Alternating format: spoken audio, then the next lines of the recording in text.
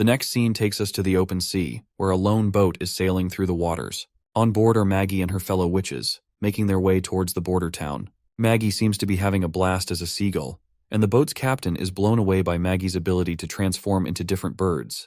He's especially surprised that she can also inherit each bird's skills, like how seagulls can navigate the sea effortlessly and even detect storms. Sylvie, a charming witch with green silky hair, agrees and notes that without Maggie's help, they wouldn't have had the courage to take a new route around the endless cape and dock south of Grey Castle.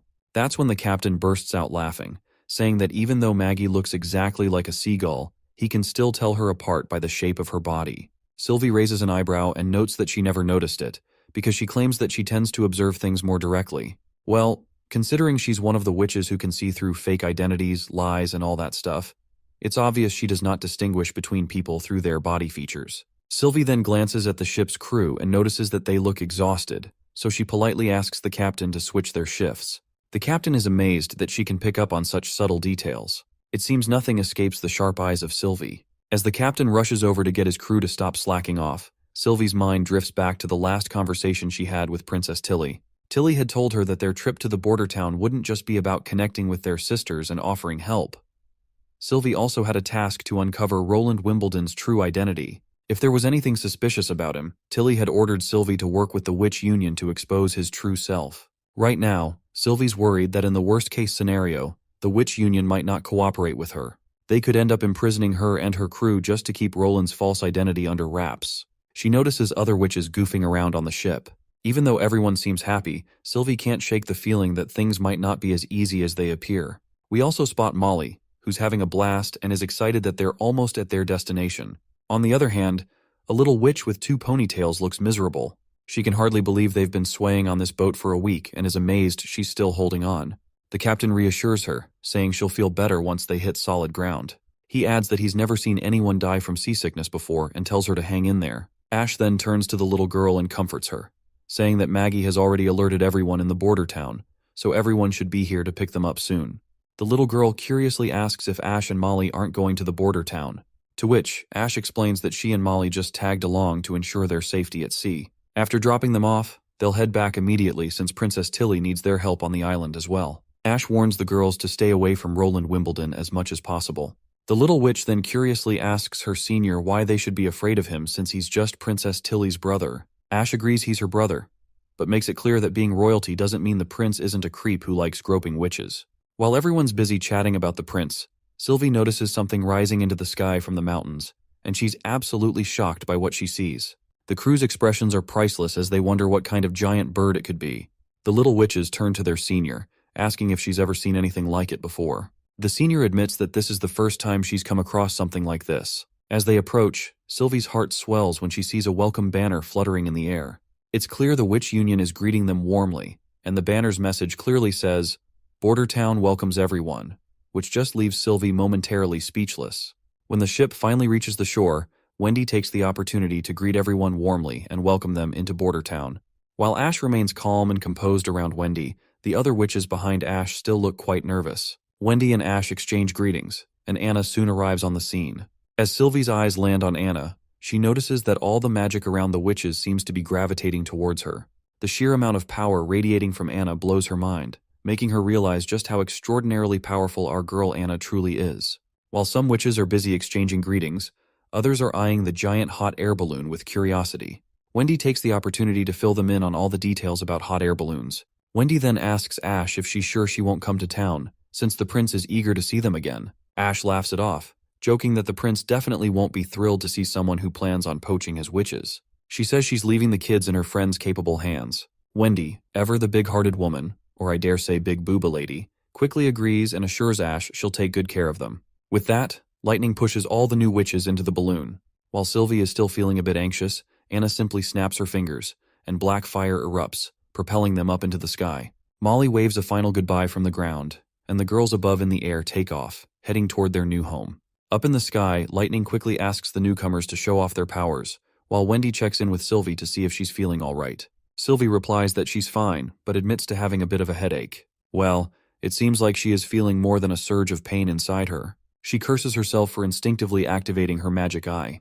She hadn't expected to see so much land at once, and it's the first time she's taken in such a wide view, overwhelming her magic. Wendy advises her to take a few deep breaths, reminding her that everyone feels a bit strange the first time they lift off into the air. Sylvie thanks her and reassures Wendy that she's feeling better already. Meanwhile, the other girls are having a blast as Lightning enthusiastically sings about their prince's heroic deeds, cheerfully narrating all the adventures they've had together. Seems like Sylvie has finally started to relax, realizing the mood is more laid back and fun than she expected, and she hopes it stays that way forever.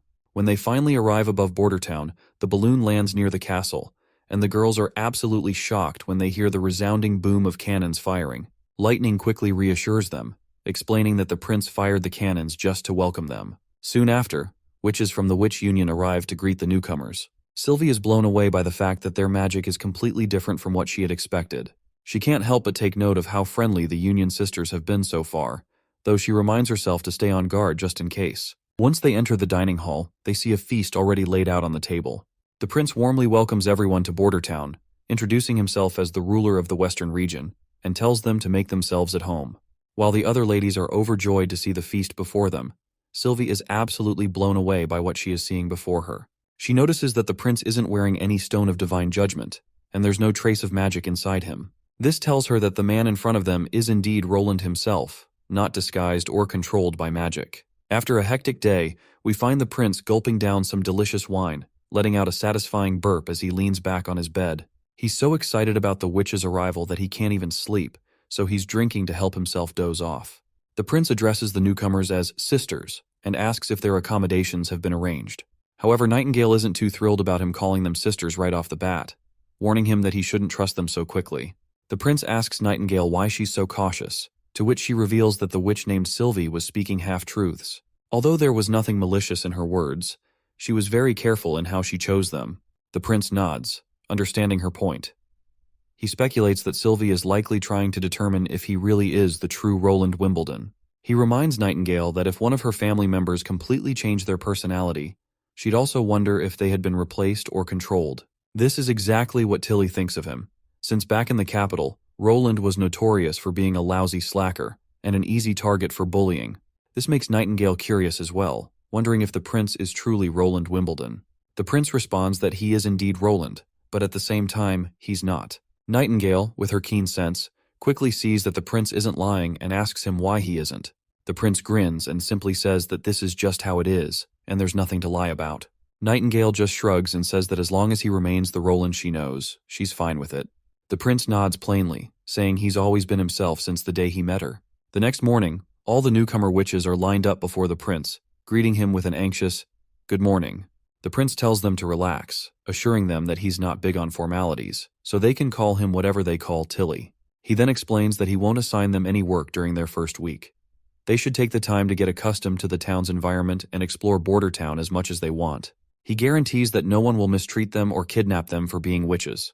He reassures the nervous ladies that he has already removed the church's influence from the western region, so this place is as free as Slumber Island, a place of freedom for everyone. The prince continues by assuming the newcomers already know the basics of anti-phase and maturity, so he directly explains that there will be basic lessons after dinner, covering reading, writing, mathematics, and natural sciences. Their salary will be 1 golden royal per month, with weekends off and paid vacations. If they have any questions, they can ask Wendy for clarification. Once the administrative details are out of the way, the prince dives into the most exciting part of the meeting. He's eager to see the witch's abilities firsthand, as Tilly's description was a bit vague. He decides to go outside to start the demonstrations. As he stands up from his seat, Sylvie interrupts to add something. She presents a few pieces of paper and explains that Princess Tilly discovered these ancient texts at a ruin site near the bay, and there's also a letter included with them. The prince starts reading the letter and quickly becomes anxious. As we already know, the letter reveals some serious and concerning information related to what Tilly encountered at the ancient ruins near the bay. Once Prince is done reading, Lady Scroll confirms that the text in the letters matches exactly with the book Kara retrieved from the Eastern Forest ruins. This revelation piques everyone's curiosity, including the prince's, who reflects on the details in the letter about the man-made island with unpredictable tides, the ancient telescope, and the stone door on the sheer cliff. He finds these elements incredible and is puzzled by the existence of such strange ruins at the bay. Lady Scroll agrees with Princess Tilly's assessment, pointing out that the ruins were created by the same people, given the consistent scripture and language. She's concerned about why the church would have built these structures and then abandoned them. Wendy adds that it's not just these ruins that are mysterious. Records older than 450 years have been wiped out. She's baffled about what might be hidden there, or why there's such a concerted effort to erase these historical records. The prince says that since Tilly's already been working on deciphering the texts, he's pretty sure she can crack them. To give her a hand, he'll tell her about the holy city of Tequila and send her some photos of the devils Soraya took, as those might help with the translation. He points out that keeping this info hidden is pointless, and it's better to be prepared and understand what's going on, which might even reveal some weaknesses of the church. Because if the church did not care about these ruins, they'd have buried their history even deeper. He also suggests checking out the stone tower in the misty forest again, where lightning once found a devil. Maybe there are more clues there. He adds that once the armies got their new weapons, they'll clear out the forest just in case there are any other devils hanging around. First up, the prince wants to test everyone's powers. They head out to the empty backyard where Lotus, the first witch, shows what she's got. She pulls a giant boulder out of the earth with ease. The prince is seriously impressed, noting that despite being around the same age as Nightingale, Lotus looks incredibly young, just like a freshly picked cucumber. Her abilities are super strong too. She can terraform within a 5-meter radius without breaking a sweat. But when she tries to stretch the mud tower beyond 7 or 8 meters, the tower she creates starts to collapse due to structural imbalance. Also, she uses less magic if the dirt is looser, but her ability is good for solid ground like the slumber island she came from, while the dirt houses she might build in the border town are just going to collapse. Lady Scroll also explains some nerdy details about her power. It's a summoning type, no extra frills, and she can terraform up to 5 meters. The stones of divine judgment hit her hard, but they don't affect anything she's already built. Next up is Honey, who just hit maturity last winter. Her main gig is animal subordination. She can tame any animal and make it follow her commands to the best of its ability. Her control lasts until the animal finishes its task, or she dissolves it herself. Plus, she's got this cool extra ability called Animal Messenger, where she can send animals off to find even more powerful ones to tame. The catch is that all her powers are affected by the stones of divine judgment, and the bigger the animal, the more magic it takes to tame it. Then there's Evelyn, who's about 25 or 26. She's got the wild talent of turning crude whiskey into all kinds of different alcohols, as long as she's tasted them before. She might help out with extracting ethanol, but serving a lady booze during the day is no-go. So, the prince will have to wait until dinner to get a taste of her magic. Next up is Sylvie, and the prince feels pretty uneasy around her. She has the power to see through anything within her range, even behind her back and through obstacles. Her vision is totally unobstructed, which is a bit unsettling for him. He's actually a bit envious of her ability. Imagine being able to see through clothes of any woman you want. Sylvie also has an additional ability similar to Nightingale's, where her magic can see accumulated and dissipate. Following Sylvie is Candle, who reached maturity during the last few months. Before, her powers were limited to candle lanterns, but now they're amplified. She can maintain a state of matter for a period of time. For example, if she casts her magic on an ice cube, it won't melt, even if you put it under the sun. Her power is enchanting in nature and requires direct contact with the target. The prince had a grand idea of using Candle's powers to keep molten steel hot forever. However, he soon realized it might be a bit of a stretch, because maintaining that kind of heat would require a ton of magic. The real challenge is how much magic is needed and how long it can be kept up, especially for larger volumes. Nightingale also points out that Candle's magic is pretty good, but her mana capacity is on the lower end of the scale. Still, her talent is a gem. If she can keep something in a stable state, it could seriously boost the durability of machinery made with weaker materials. So Candle's got the potential to make those machines last longer and run smoother. Once he's done examining, Nightingale asks if there are any witches the prince particularly likes. The prince replies that he thinks they're all quite good. Nightingale is shocked to hear that the prince is willing to clap all of them tonight, but he gives her a gentle bonk and explains that he's not trying to light up his night, but simply that their abilities are impressive. The prince then decides it's time to head back to the castle since the testing is over. He mentions that he has something he wants to give Nightingale after dinner. I wonder what it could be. Maybe his rod or something special. It seems like Nightingale is really looking forward to whatever the prince wants to give her tonight. When dinner time arrives, everyone enjoys a grand feast once again. What's most intriguing today is the prince's new invention, and Lightning and Maggie are eagerly anticipating what kind of ice cream or other creation he has come up with. The prince tells them that everyone will find out soon enough, but they should eat first. Nightingale feels a bit disappointed that the surprise isn't just for her, but rather something the prince has prepared for everyone. Meanwhile, the new witches are fascinated by the chopsticks. Lady Scroll explains that the prince often invents new and interesting things like perfumes, chopsticks, and ice cream, and he tests them on a witch before officially manufacturing and marketing them. The new witches fondly recall the luxurious experience of bathing with soap they had a while ago in the castle, a treat typically reserved for nobility. They can hardly believe they're living a life that rivals even that of kings, given all the amenities they're enjoying. As the witches get cozy and start feeling at home, we're skipping ahead to the end of dinner, where the prince finally grabs everyone's attention and decides to reveal what he's made. A few maidens quickly bring out wine, and the prince announces that he's starting with white wine among his inventions. Compared to the Hebrew and fruit wines they've had before, this one is the real deal with a higher alcohol content, so he advises the non-adults to stay away. Lightning protests and insists she wants to try it too, but the prince reassures her that he's also prepared something lighter, which can be enjoyed with a bit of extra ice. He presents all of the types of wines in front of Sister Evelyn, and mentions that he's heard she's been to cocktail pubs and breweries before, so he's curious to hear her thoughts. Evelyn quickly agrees, picks up a glass of wine, and takes a gulp. As soon as the wine hits her belly, she feels a slight burn in her throat, but the apple juice helps flush it out. She finds herself pleasantly surprised by the blend of floral and fruity notes in her mouth, which makes it a unique taste she's never experienced before. Next, she tries the second cup.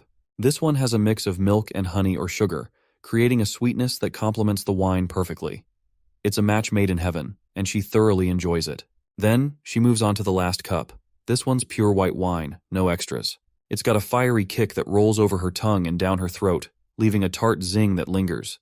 It's intense, but in a good way. After the tasting, Evelyn happily declares that all three wines are unforgettable. She admits that while some might not appreciate the strong flavors, true connoisseurs will definitely appreciate its richness.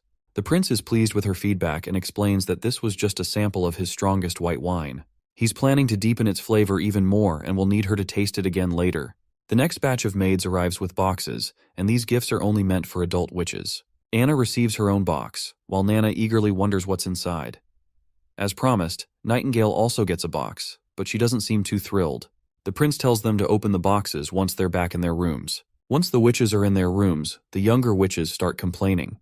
They feel that the prince is playing favorites and didn't bother giving them any gifts. But Lightning reminds Lily that the prince specifically said the gifts were only for the adult witches. Lily, however, remains as arrogant as ever, brushing off the reminder. While the young witches argue among themselves, Wendy starts opening her box. As soon as she lifts the lid, all the witches crowd around to see what's inside. Turns out, the prince wasn't joking about the gifts being for adults. Inside the box are bras, clearly meant for ladies with saggy hooters. The younger witches start fiddling with the bra, having no clue what the hell this thing even is. Maggie comments on how the bras seem like an incredibly large pair of goggles, while Lightning is skeptical, wondering how exactly these are supposed to be used. That's when Wendy spots a letter in the box. She opens it and starts reading it with her eyes closed. Meanwhile, Lady Moon is enjoying the soft, smooth texture of the bra, while Lightning and Maggie are still trying to figure out what's going on. It seems like the older witches have finally understood what the bras are for, and they're pretty embarrassed by the letter. It explains that bras help redistribute the weight of breasts, improve circulation, and enhance posture. The younger witches look at their own flat chests, and then at Wendy, who is sporting the largest melons ever. Even the usually arrogant Lily starts to understand why the gifts were only meant for adults. But she tries to save face, claiming she doesn't care about the bras and never did. It's clear, though, that Lily's just trying to cover up her embarrassment about not having a pair of her own. Lightning tells Wendy to take hers off because she wants to try it too, but Wendy gets flustered and quickly pushes all the younger witches out, telling them to go to sleep. She closes the door behind them, her heart still racing, and wonders why the prince gave them something like this. Nightingale confusingly questions why the prince didn't just give the bras collectively. But then, realization strikes her like a thunderbolt out of the blue. Maybe the prince gave them individually because each bra is a different size, meaning he actually paid attention to everyone's measurements. Realizing this, Nightingale bolts out of the room and rushes to Anna's room. There, she asks her about the gift. Anna proudly shows off her chest and says the bra is surprisingly comfortable, and she's already worn it and finds it quite convenient. She then offers to show Nightingale the bra, but Nightingale quickly turns her gaze away, saying she doesn't want to see. Instead, she asks if Anna thinks it's weird for the prince to give them something like this. Anna points out that the prince plans to sell these bras to the public, so he's just testing them on the witches first. The conversation shifts to discussing how the bras fit and their comfort, so we'll skip over that part. In the next scene, we see the ship sailing. Inside, the prince is speaking with Sister Lotus, asking her to raise dirt on both sides of the river to lay the foundation for a bridge. They dive into some nerdy physics and science talk, and in the end, the prince asks if she can raise the dirt over 10 meters, given the river's depth. Lotus confidently agrees, saying she'll handle it. Meanwhile, Wendy is steering the boat with her wind powers and is pleasantly surprised that her shoulders no longer hurt, thanks to the bra. She's eager to thank the prince personally for the thoughtful gift. Once they reach the perfect spot, the prince tells Wendy to stop the boat. He then instructs his fellow engineer that they need to dig a pit around the dirt that Lotus is going to pull out, and they'll fill it with concrete. The prince specifies that the pit should be no more than 5 meters in diameter and 1 meter deep. Once it's filled, the witch will lower the depth by 1 meter. If they repeat this process, they'll be able to build a concrete wall that extends down to the riverbed. Lotus uses her earth control to raise the pile of mud, and as soon as she commands it, the mud begins to pop up and stack quickly. The prince is surprised to find it easier to raise dirt through water than through sand. However, the stinky smell that follows is unbearable. He quickly deduces that the pile is composed of decomposed plants and animals, along with the waste of villagers who've relieved themselves near the river. He decides to have some people shovel the mess away. They'll need to clean it up and add layers one by one to shape it properly. The prince laments that if transportation weren't such a primary issue, he would have used the decomposing trash as fertilizer. Speaking of fertilizer, the scene shifts to a vibrant field of crops, bursting with grain. We meet a guy in a cap, known as Sirius, who admires the impressive yield.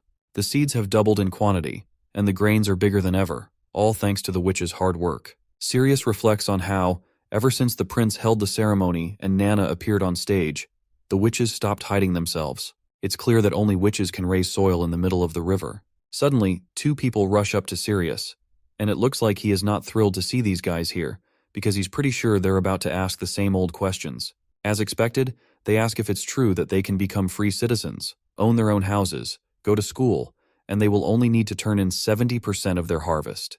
They also fire off a bunch of other questions about their new opportunities and rights. Sirius casually points to the banner that says, "Labor creates wealth, and labor changes fate." He smiles and says this means if they put in the effort, they'll become free citizens just as the prince promised. And trust him, that promise is solid. When someone asks what they should do with the remaining 30% of the harvest, to which Sirius explains that you can either sell it to the prince, eat it yourself, or use it as seeds. And that's pretty much it.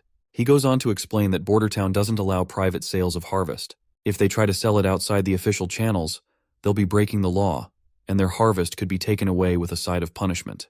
But then, one of the commoners raises concern that they might get scammed by the prince. Sirius reassures them that this won't happen. The prince follows market prices, so there won't be drastic changes. The public marketplace, managed by the city hall, is the only place where grain is sold. The prince will always buy at the market rate. With that, Sirius concludes the conversation and tells them to get back to work. Another guy pipes up and asks Sirius if he knows where Miss May and Miss Eileen went, since there haven't been any stage shows recently. He's worried they might be sick. Sirius reassures them that they'll return in the fall because they can't perform in this scorching heat. Or can they? As the workers head off to their tasks, Sirius reflects on his own journey. He used to be a knight, trying to escape his father's fields, but got captured and stripped of his position in just a few months. Somehow he ended up at Bordertown. His salary is going up, there's plenty of room for advancement, and he's even come to look forward to the harvest. In the next scene, the farmers have finished harvesting all the grain and have even started burning the leftover straw. After a while, the bald advisor, who is absolutely thrilled, reports to the prince that this season's harvest is enormous. He explains that, according to the city hall's estimates, their exports are 4 times higher than before, and their best field has produced 6 times more than its previous yield. This gives them more than enough to feed all their villagers. The prince smiles at the good news, pleased to know their warehouses won't be empty anymore. The bald advisor adds that with additional workers and more farmers, they could easily support 50 to 60,000 people. This makes the old man even more turned on, as he dreams about their town growing into a city and then expanding across the entire continent. You see, in this world, city growth is pretty much limited by food supply. A big city like the capital, with 20,000 people, needs tons of surrounding villages to keep everyone fed. But with new machines our boy just produced, one person's work can now feed 10,000 people, and the big harvests in Bordertown are all thanks to Sister Leaf's improved grain. We further learn that the prince has cut back on the number of farmers without lowering the output, which means he can now focus on manufacturing. Since the agricultural team has nailed down the best farming strategies using metal tools and machines, their exports are only going to get better. In the next scene, the prince then steps up on a pedestal and gets the crowd pumped up. He knows they're dying to hear some good news, So he tells them straight up, the city hall will handle turning everyone into free citizens. You can choose to keep farming or try something else in town. Once the harvest wraps up, they'll announce the details about citizenship promotions. The crowd goes wild with cheers and praise for their prince. The prince further goes on to announce that starting next year, they'll only need to meet a quota to gain citizenship, making competition unnecessary. Basically, if you work hard, you can shed your identity as an indentured worker. As he said before, hard work creates wealth and labor changes your destiny. He hopes for a day when Bordertown is free of indentured workers and everyone is a free citizen. The whole crowd erupts in excitement, swinging their praises for the prince. The scene then shifts to somewhere unknown, where we see Timothy, a wannabe king, after a long time. He's lounging in an office room, reclining back in his chair and bizarrely sniffing the wooden table. By the smell, Timothy can tell the table is made of cerulean wood. He's surprised to find that her sister still prefers materials from Blizzard Peak, which means his sister definitely not feminine at all. A creepy smile spreads across his face, which soon turns into maniacal laughter as he gloats about having outdone his sister, Garcia. Timothy reveals that in just half a month, he's methodically taken over the Sand Nation people she left in Clearwater Port. He's confident that she's lost her grip on the southern region, and he's feeling pretty smug, knowing that the Queen of Clearwater is now history and the southern region is back under his control. Just as Timothy is savoring his triumph, one of his knights barges in. Timothy tells him he'll be heading back to the capital the next morning. The knight will handle everyone else, except for Timothy's personal guards and the capital's night squad. He instructs his knight, who goes by the name Duke Edward Haas, to keep the southern region secure and to prevent the Sand Nation from stepping into Grey Castle territory. Edward Haas asks if this means he'll be staying behind. Timothy agrees, saying there's still a lot to finish here, and he needs someone loyal and powerful to stay behind, either to deal with traitors or gather refugees. He reassures Edward not to worry. He won't be stuck here forever. Once everything in Clearwater Port is sorted, he'll make sure to bring Edward back to the capital. He explains that Grey Castle still needs to be unified, and before conquering the western region, he'll need many knights to fight. So he promises his loyal friend that he won't leave him behind. Edward looks down, saddened, and reminds Timothy that his brother Raymond Haas is missing. He asks why there's been no news about him, especially since it's been 2 months since Raymond went to the western region. Timothy reassures him that Raymond might be delayed by something, or he could be on his way back. He tells Edward not to worry about his brother for now. The focus should be on burning down Garcia's old stronghold. Timothy wants everyone in the southern region to see that Garcia's old base will be nothing but ashes. Even if she returns, it will be in ruins. He instructs Edward to just burn the soldiers who survived the church's pill's side effects. Once Timothy is alone, he reflects on how Bordertown has easily handled the demon threats, defeated Duke Ryan, and captured Longsong Fortress. He's confused by how one of the dumbest siblings is doing all this. Not only that, Rayman and his 1/500 soldiers who were deployed to the west have also completely lost contact. He's convinced that something significant must have happened in Bordertown to cause such a drastic change in his brother. Whatever the case, Timothy is determined to make his brother, Roland Wimbledon, beg for forgiveness at his feet eventually. Back in the Holy City, the Pope receives grim news about Heather's death. Despite the somber update, he remains composed and reassures his junior that Heather was a devoted, intelligent, and honest girl who will be remembered fondly. He vows that the perpetrator, Garcia Wimbledon, will face justice in due time. The Pope's concern quickly shifts to whether Garcia is collaborating with the Wolfheart Kingdom, and how Church's new poison is working against them so far.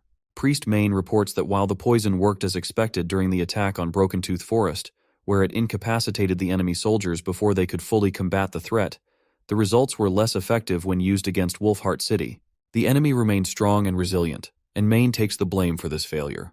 The Pope explains that the new poison was derived from demon beasts, and further highlights that there are records of 70 abilities that can counter it, with 30 capable of neutralizing it immediately. Given this, it's not surprising that a large nation like Wolfheart would have a witch with such countermeasures. The Pope shares his worry that if witches can really counter their poison attacks, it might change how people view them in Wolfheart, potentially even making them heroes. And that would be pretty bad news for the Church. He reminds Maine not to get too hung up on the losses of their judgment and divine punishment armies, as it might distract them from making important decisions, and they don't want the battle to cool down. But there's a silver lining for the Pope. Garcia and the Wolfheart forces are all gathered in one place, and he is planning to take them all out in one go. The junior has no clue how they are supposed to achieve this, so the Pope just tells his junior to follow him. As they walk through the dimly lit tunnels, a night lights up the area. The Pope shows Maine their secret weapon, which was originally intended to be used against powerful demons. It can be put to use now. He calls it City Breaker, and it runs on magic, needing 3 or 4 witches to control it. The Pope explains that the city breaker has a range far beyond catapults and ballistae. It's incredibly hard for typical city walls to defend against its steel bolts, and it can slice through wooden ships like a knife through cloth. He's confident it'll handle both Wolfheart's city walls and the Black Flag fleet with ease. When Maine asks if this weapon was developed by the secret Holy Temple, the Pope says no, and reveals shocking news that it actually came from their enemies, the Underworld's devils. That's why it's been hidden deep within their caves, and he advises Maine to keep it concealed and only use it strategically, as they don't want civilians to see the kind of monstrosity it is. The Pope says he's going to assign 2 top-notch pure witches to help out, ensuring Garcia and Wolfheart won't get away this time. Hearing that, Priest Maine's face lights up like a kid in a candy store. You see, pure witches under the Pope are the best of the best, with some seriously impressive abilities. Before Maine heads out, the Pope tells him to shed the blood of those heretics and avenge Heather. Maine quickly responds with a crisp, "Yes, sir." Back in Bordertown, Sirius reports to the prince that their current equipment won't handle all the harvest milling. He suggests setting up a steam-powered mill near the Redwater River. The prince agrees, and tells him to send a request to the city hall and draft a plan once the funds come through. Sirius also mentions that 516 people have become free citizens, and their names have been sent to the old man Baroff. With that, Sirius wraps up his report. The prince is quite happy with Sirius's performance, and is confident that Sirius will be valuable in recruiting aristocrats and knights from the fortress, given his impressive manners. Next up is Lady Scroll, representing the education sector. She reports that all the students who finished their basic studies have moved into their preferred sectors, with 5 even applying to the chemistry laboratory. It seems Prince Roland was hoping for more than just 5 recruits, as otherwise the newly built laboratories might end up sitting empty for a while. Even Kyle Seachy, the head of the chemistry department, is concerned about the low number of applicants. The prince then asks Kyle to report on his department's situation. Kyle, who isn't fond of these meetings, makes it clear that he's not into wasting time, and suggests finding a new representative for the department if this is the routine. Kyle Seachy then points out that he needs more personnel. The new assistants are young, but they're quick learners, and basic education seems to have done the trick. He also mentions that if the prince grants him access to Chemistry 201, he might finally come up with a way to manufacture acid on a larger scale. Next up is a guy in glasses, who reports on the infrastructure progress in Bordertown. He covers everything from bridges to residences and city walls. Let's not forget about Captain Ironaxe, who reports that the Second Army has finished basic training and is ready to march to Longsong Fortress whenever needed. Aside from the artillery division, all soldiers have now switched to using revolving rifles. With that, the meeting wraps up. The prince thanks everyone for their contributions and announces a raise in their salaries. From now on, department heads will receive 2 gold royals a month, and they'll increase their employees' wages accordingly as well. The prince finally announces the highlight of the day, his plan to expand Bordertown into a real city. He's talking about a massive transformation that will stretch the city west to the Badlands, east to Longsong Fortress, and south to the sea. The surrounding mountains will serve as their natural walls, making the city larger than the capital or any city in all 4 kingdoms. He emphasizes that all it will take is hard work and preparation to turn Bordertown into a metropolitan marvel that will outshine all others. Once everyone has left, the old man Baroff raises a concern. Despite the recent successful harvest, the treasury is running low on funds. After paying Margaret, the Merchant Guild, and Theo, the finances are tight, with only about 2,000 golden royals left, which is a dangerously low balance. Prince Roland reassures Baroff that income will be forthcoming, because the Margaret Guild is expected to purchase another set of steam engines soon. Also, the high-pressure canisters and hydrogen replacements will need a bit of research from the chemistry department. Once that's sorted, they plan to sell hot air balloons and hydrogen refills. They'll charge 50 royals per refill, with a free refill after every 10, which should provide a steady income stream. Speaking of the chemistry department, Baroff then points out that Kyle Seachy needs to improve his social skills, as he's often quite impolite. The prince doesn't mind Kyle's lack of social skills. After all, scientists aren't exactly known for spending much time in the fresh air. As the night deepens, Kyle Seachy, true to a scientist's nature, is still buried in his studies. He's wrestling with periodic tables and equations, though we don't need to get into the nitty-gritty details. What's clear is that Kyle is working tirelessly, determined to fill the laboratories and figure out how to manufacture acid. His main goal is to earn Chemistry 201 from the prince, although what exactly that entails is still a mystery to us. It seems Kyle has a lot riding on this, and he's pushing himself to the limit to reach his goal. The next scene takes us into a mysterious cave where the witches can be seen exploring. They suddenly stop, and Nightingale asks Sylvie if this is where the tunnel splits. Lightning jumps in with precise instructions, saying they should start at the second door, while Sylvie also adds her 2 cents to help steer the team in the right direction. After a bit of wandering, Lightning points out there's just one last door to check. Nightingale eagerly vanishes from her spot and reappears at the front, urging everyone to move further inside. Sylvie, watching this, can faintly see Nightingale's magic when she disappears, but can't quite capture her figure or movements. She remembers Tilly saying that Nightingale is the most battle-ready witch in the Union she should be aware of. It turns out the prince sent everyone into these mines because there's an old legend about an ancient beast living here. He told them to report back after their trip. Because of the danger, Sylvie reveals to us that Nightingale was specifically chosen for this task due to the legend that these mines were once the nest of an ancient beast and some miners have gone missing. Suddenly, Sister Lucia halts their journey and sits down to examine some ore she's spotted because she thinks the prince might be interested in it. After their brief detour, they finally reach door number 23, the one they'd been searching for. Sylvie steps forward, using her abilities to check it out. After a thorough scan, she can clearly sense that there are no ores here, but there are some further down. There are 4 tunnels, one of which seems to slope downwards. Lightning is intrigued by the downward slope and asks Sylvie about it. Sylvie responds that it might lead to a deposit. She also seems a bit exhausted, probably from using up her magic. Nightingale then points out that they'll never know unless they investigate further. So eventually, they reach the downward slope, which drops steeply from where they're standing. Nightingale comments that it looks pretty deep, and Lucia, feeling uneasy, mentions that she feels like someone's watching her and suggests they should hurry back once they complete their investigation. Sylvie scans the area once more and notes that there aren't any ores around, so they should probably leave. But then she notices something odd. When she tries to scan the middle path, she can't see anything.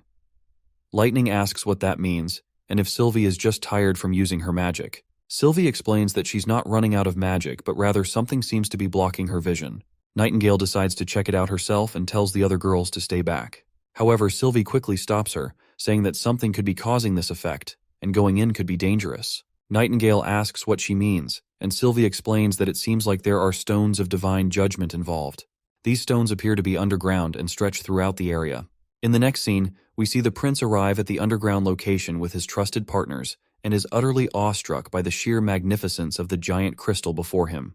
He turns to his knight and asks if they built the staircase. Knight Carter responds that they did not. It was already here when the First Army discovered this place. He believes it has been here for decades, possibly even centuries. Sister Lightning agrees somewhat, noting that Border Town was established around 70 years ago, so it's unlikely the staircase is related to the town's villagers or the kingdom. Carter adds that Grey Castle didn't even exist 100 years ago, so it seems implausible that anyone from centuries ago could have built it. The prince then reminds them that they do know of a group of people who lived 450 years ago and were forgotten. As the prince takes a closer look at the crystal, he remembers that glowing rocks usually have radioactive or fluorescent properties. But this stone of divine judgment doesn't seem to fit either category. If it were radioactive, the soldiers from the First Army would have been toast within minutes. And it can't be fluorescent since there are no light sources in the cave. Plus, even though these crystals act like prisms, they don't have any of the usual crystalline patterns, so he's totally baffled about how they even got here. Knight Carter is blown away, pointing out that a stone of divine judgment the size of a thumb would be worth a fortune, but something this massive could bankrupt all 4 kingdoms. Nightingale isn't thrilled with Carter's line of thinking, though. She gives him a stern look and asks if he's seriously considering handing it over to the elite just so they can use it to torture witches. Meanwhile, Lightning is fascinated by these crystals. They're the first stones of this color she's ever seen, and if they could bring one back, they wouldn't need candles anymore. But Nightingale reminds everyone that, as intriguing as the crystals might be, they're really just shackles for witches. Still, Lightning wants to take a small piece of the stone as a trophy from her exploration. The prince gives her the green light to go ahead, as long as she isn't too dismayed by it.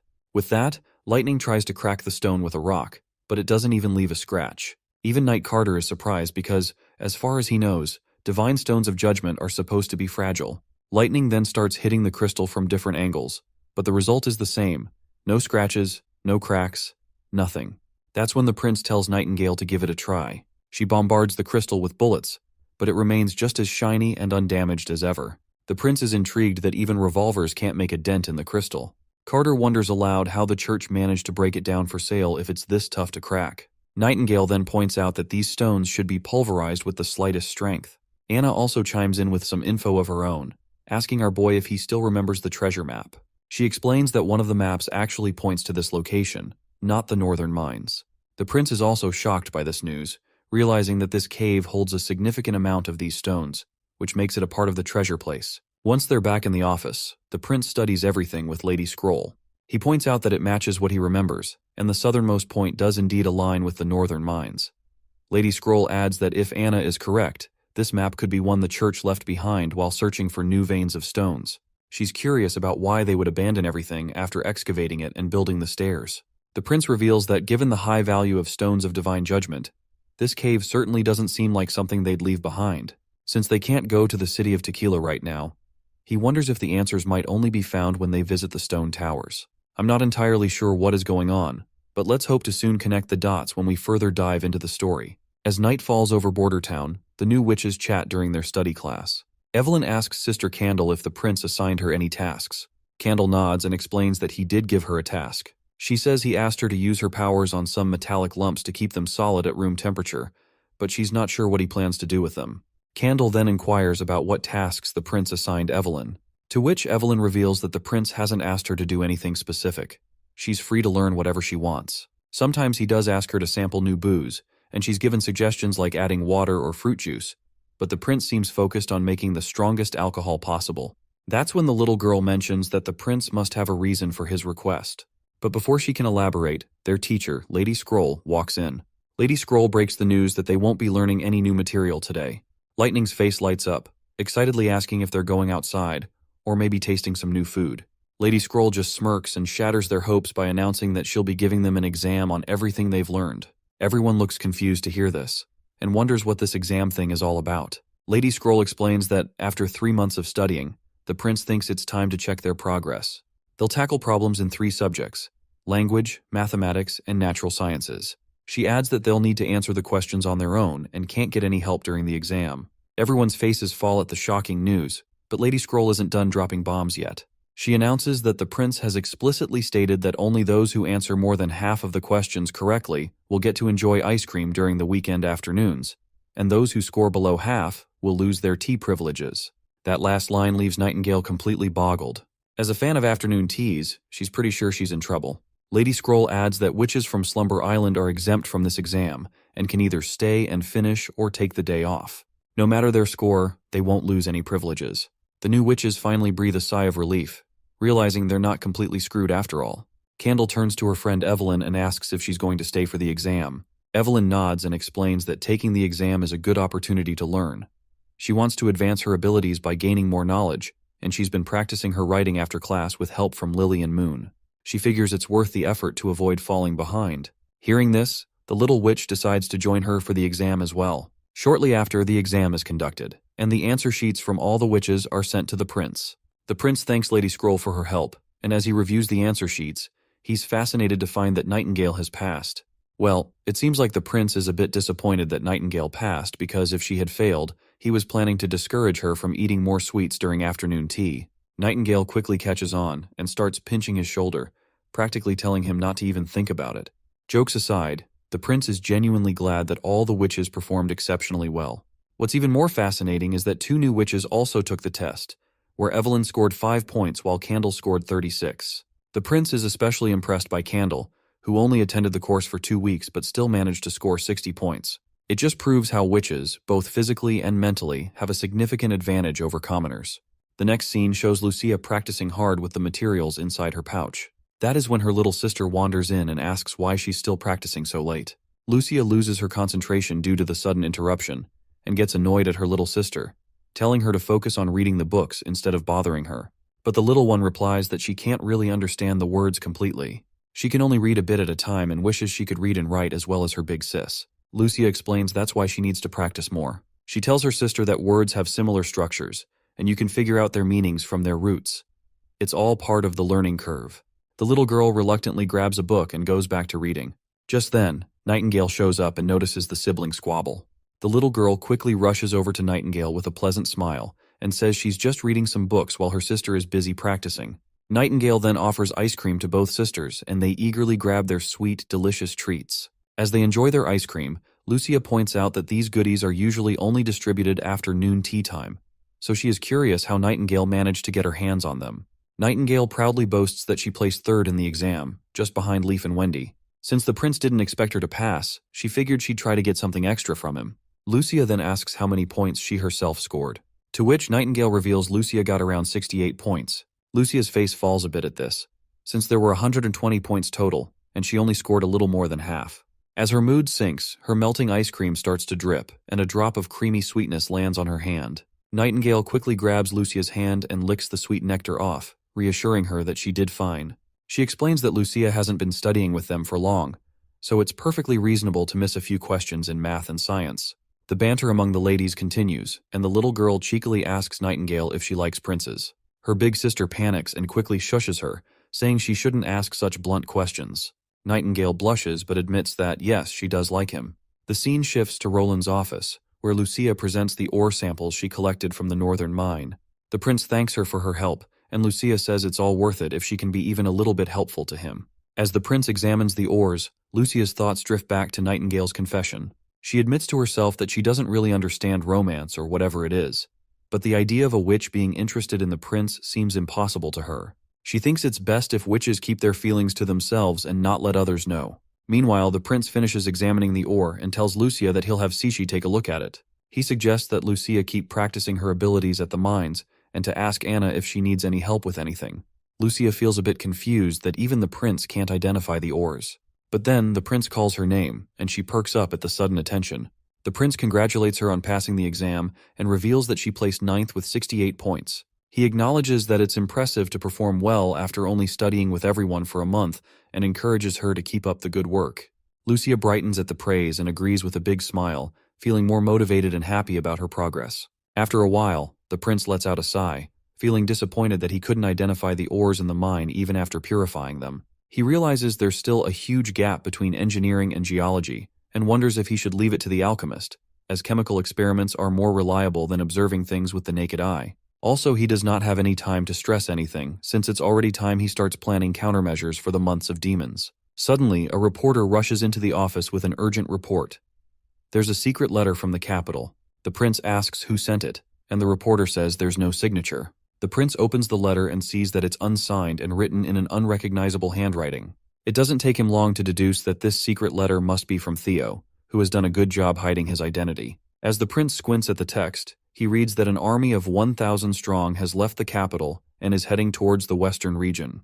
The next scene opens to the resounding claps and cheers from the audience, celebrating the stellar performance of the stage actors. In the background, a newcomer asks Lady May if she performed really well. Lady May acknowledges that she has indeed improved a lot. Another little girl chimes in, hoping for some encouraging words from her senior as well. However, Lady May breaks her junior's heart by dropping the bombshell that she's still far behind and needs to work on her emotions. Another stage worker points out that Lady May seems pretty strict, especially since the audience enjoyed their performance so much. The senior reminds the stage worker that many of these audience members are commoners who've never experienced theater before, so it's a new experience for them. She adds that if their audience were elite members, their stage mistakes would have gotten them into serious trouble. Suddenly, another actor makes her entrance without missing a beat.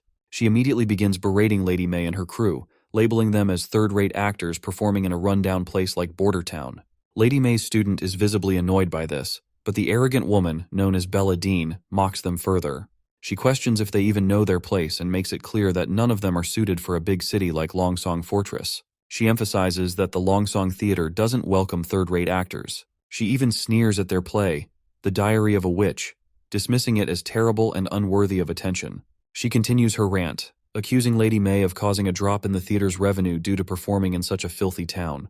According to her, no noble would want to watch shows from a theater that also performs for commoners without charging any price, and these commoners are nothing more than monkeys in her eyes. But Lady May isn't having any of it. She shoots back, making it clear that Bella's being arrogant and clueless.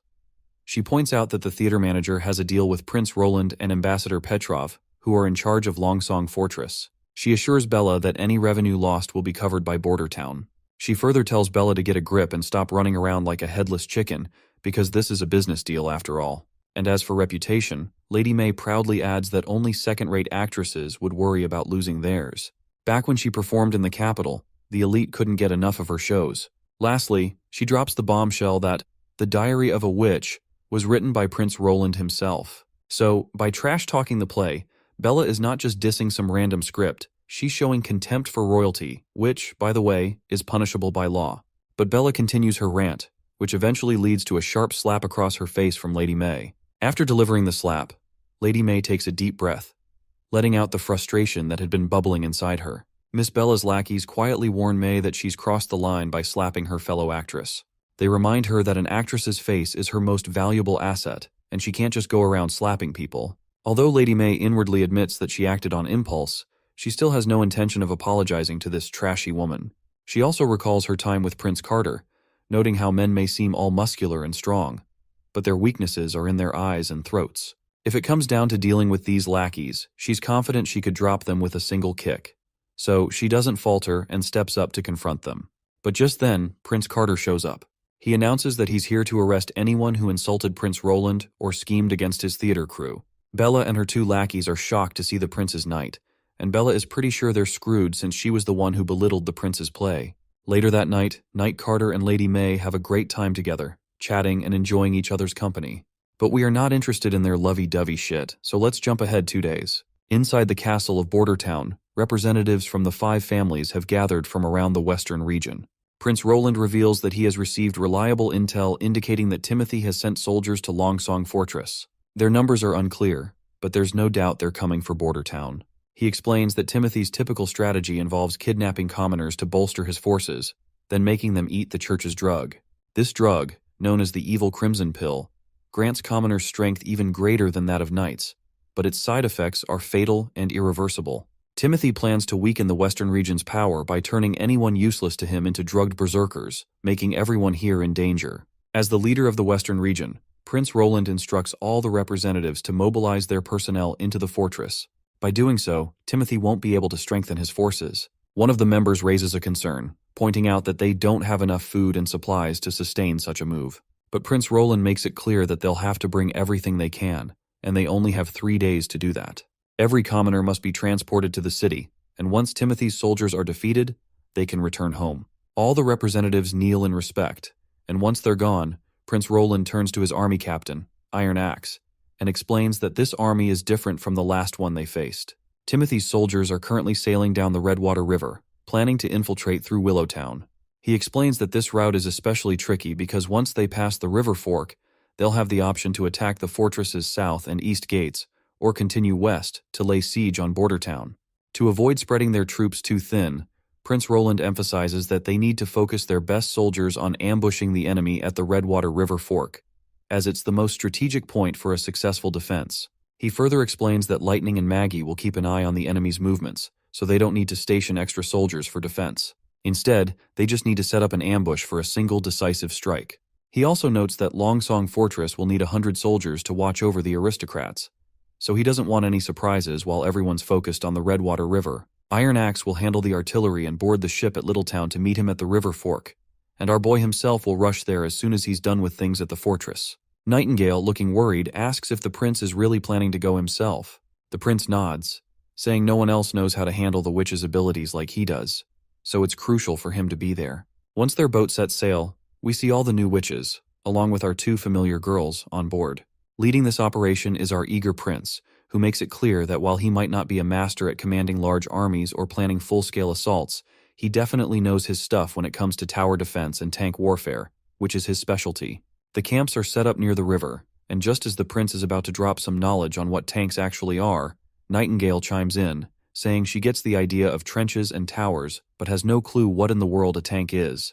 That's when our boy explains that tanks are like carriages with cannons mounted on them, even sketching out a rough drawing in the sand for everyone to see. But then he admits they don't have enough horses, and the cannons also need to be transported with the ships as well. So the prince concedes that what they have isn't really a tank. But he suggests that if they don't have enough horses, Honey could tame some tigers or cougars to pull the cannons instead. Nana then asks if cannons pulled by tigers still count as tanks. The prince, with a grin, proudly says yes and even suggests they could call them tiger tanks or leopard tanks. That's when Lotus speaks up, asking the prince what her role will be in the battle against the fake King Timothy. The prince explains that they need to set up 2 perimeters on either side of the river. He draws a line in the sand to show the enemy's route and points out where their troops will be stationed on both riverbanks. The plan is to launch a surprise pincer attack, and to hide everyone, they'll need to build dirt structures in a V shape along the banks. These structures should be long with sturdy walls, and each will have 8 rooms with one small window facing the river. Lotus appears to be still confused, and says that while they can hide their troops in the mud houses, they won't be able to attack the enemy's ships. If the ships don't stop or dock, they might just sail past. The prince reassures her, saying she doesn't need to worry about that. He explains they've got all sorts of long-range weapons for dealing with the ships. He also mentions that Leaf will use wild grass and vines to camouflage their setup. The prince can almost hear the victory music playing in his head. It's just a matter of time before Wendy transports all 16 cannons into the mud houses they're about to build. With that firepower, no matter how many ships Timothy has, they'll be at a serious disadvantage against his attack. The enemy won't stand a chance. The next day, a knight starts barking orders for all soldiers to get ready for the attack. Hearing the command, the soldiers quickly scramble into the bunkers, which are completely camouflaged under a thick layer of grass, thanks to Lady Leaf's work. Inside the bunkers, the soldiers start prepping their cannons, and they can't stop singing the praises of the witches. They're amazed at how the witches built huge structures overnight and instantly summoned grass and vines. They're even hearing rumors about one witch who can turn into a giant pigeon. The soldiers can't believe how these extraordinary abilities surpass anything mere mortals can do. Just as the soldiers are chatting and having a good time, someone reports that enemies are closing in.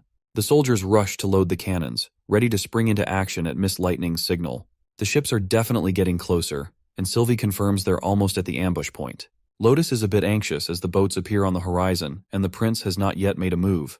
But then, bam! The ships are hit from all sides by a barrage of cannon fire. Lotus is completely blown away by the sudden and intense bombardment. The soldiers on the ships are completely helpless, dropping like flies under the relentless cannon fire. Lotus is still trying to wrap her head around what's happening, her mind spinning trying to understand how they're pulling this off. With people crying for help and blood everywhere, Sylvie quickly starts feeling queasy from the chaos. Lotus rushes to check on her friend, while the prince, observing the carnage, advises Sylvie to take a break. He offers her a handkerchief, which she accepts gratefully. Sylvie notes that these weapons are probably the incredible invention she had heard rumors about. She hadn't taken it too seriously at the time, but now she can't deny the power of such a weapon. Suddenly, the surviving knights from the ships scramble onto the solid ground, raising their swords and charging at the beach flanks. But let's be real, these knights are marching straight into their doom. Our soldiers, ready and waiting in the bunkers, start hammering the knights with gunfire. The enemy quickly realizes they've been ambushed and scrambles back to their ships, beginning their retreat in a hurry. Meanwhile, the prince watches the whole thing through his telescope. He tells Iron Axe that it's time to finish cleaning up the rest. If any of the chief knights are still alive, he wants them taken prisoner for questioning. He also instructs Sylvie to go with Iron Axe to keep an eye on the enemy soldiers, making sure no one gets away. The charming witch Sylvie quickly agrees to the prince's instructions. She now understands why the prince is so confident in publicly sheltering the witches. With such powerful military capabilities, even the church's divine punishment army might struggle to overcome him. If Princess Tilly could wield such formidable weapons, she might not need to hide anymore, and the enemy could find it nearly impossible to launch a successful assault.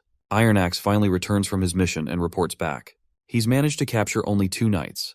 The first introduces himself as Duke Snake and immediately begs the prince to allow him to send a message to his family, promising a huge ransom in return. The second knight introduces himself as Edward Shield from the Shield family in the northern region, and he too claims that his family is willing to pay a ransom for his release. With a terrifying tone, the prince asks them if these 2 are the ones who launched this attack. Duke Snake quickly speaks up, stating that their captain, Duke Vincent, was the one in charge, but he perished in the battle. He pleads with the prince to release their handcuffs, insisting that he wishes to be treated humanely before his ransom is arranged. The prince, however, makes it clear that he's not interested in a ransom. All he wants is the main goal of the attack and Timothy's next move. If they provide this information, he'll let them go. The 2 knights apologize and firmly state that they can't divulge any details. They've sworn loyalty to Timothy and refuse to betray their king. We can tell that the prince is really bothered by their response, so he simply turns on his heel and starts walking away. He tells Iron Axe that the fate of these knights is up to him, and makes it clear that he doesn't care what happens to them, as long as he gets the information he needs. Iron Axe quickly agrees, telling his soldiers to take the 2 knights away. Before they leave, the prince reminds the captain that once the interrogation is over, the 2 knights should be counted among the casualties. After all, they brought this on themselves by invading the western region and involving civilians in their mess. The next day in Border Town, the prince learns that the soldiers they defeated were just the first wave of Timothy's forces. Iron Axe confirms that this fits Timothy Wimbledon's strategy, revealing that Timothy is sending waves of refugee armies to attack the western region, using similar tactics to those employed at Clearwater Port. The prince asks if all the soldiers are civilians. Iron Axe replies that it's a mix. Some are criminals and troublemakers among the refugees. He explains that Timothy captures these people, makes false promises to pacify them, and then forces them to take the pills. This way, they fall entirely under Timothy's control, and Timothy needs more pills to keep them under his influence and manage their pain and desires. The prince feels a pang of sadness for those forced to take the pills, because the pills only offer a temporary reprieve, delaying an inevitable death, and he knows that even one pill means they're beyond saving. Iron Axe agrees, noting that Timothy never mentioned the pill's side effects to those people, and everyone was tricked into believing they'd receive status and rewards after fighting. Duke Vincent had underestimated the defenses of Border Town and thought that 1,000 drugged commoners would be enough to take down the Border Town. Iron Axe further reveals that Duke Snake spilled more details during the interrogation.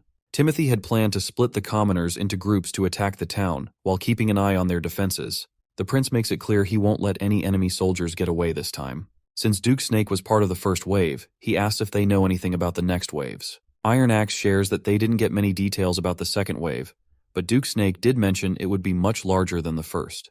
The prince is disappointed to see Timothy squandering valuable lives as cannon fodder. It's hard to believe his brother could be so reckless with such a costly gamble. The prince then points out that once the Demons of Months arrive, the entire western region will be covered in snow. If they're going to attack, it needs to happen before winter hits. This means he plans to drag out the battle. Iron Axe asks if they should send a messenger. The prince thinks it won't be very effective. To make Timothy rethink his strategy, they'll need to cut his forces and show him that sending commoners into battle won't work against the western region. The prince spreads out the map and explains the urgency of their next moves. He explains that he was too slow and cautious in spreading news about the western region and recruiting more people. To cut off Timothy's options for gathering commoners for his forces, they need to recruit and interact with commoners, just as they did with the refugees in the capital. He emphasizes that the war-torn southern region is the most critical area to address next, followed by the northern region. He plans to release the prisoners to send a clear message, ensuring that Timothy's forces won't attempt another futile assault. Iron Axe raises a concern that releasing the captives would expose their strategies and weaponry. However, the prince reassures him that Timothy will remain in the dark about the specifics of their weapons' strength and manufacturing capabilities. The released captives will only reveal the extent of the weapon's power and not the intricate details of their operations. Additionally, these captives will carry a warning letter to Timothy, which will serve as both a strategic and psychological advantage. Iron Axe looks puzzled, so the prince clarifies his strategy. He plans to announce a specific date for a major offensive and then lay siege on the capital during that time. This will not involve the First Army, but rather an unexpected aerial assault by the witches. He explains that while the chance of actually killing Timothy is slim, the primary objective is to create a significant psychological impact. By demonstrating their ability to strike directly at the heart of Timothy's power, they will shake his confidence and destabilize his rule. The goal is to make Timothy feel threatened and uncertain about his position, thereby achieving a successful operation through fear and disruption. Well, that was a lot to take in. I'm sure this episode was more dialogue-oriented than action-packed, and we didn't see much progress on the industrialization front. Nonetheless, it was a great episode. I guess having character development and compelling narration is what makes Release the Witch special, regardless of how dialogue-heavy the series is. I enjoyed narrating it. I hope you enjoyed it as well, so leave the feedback down in the comments.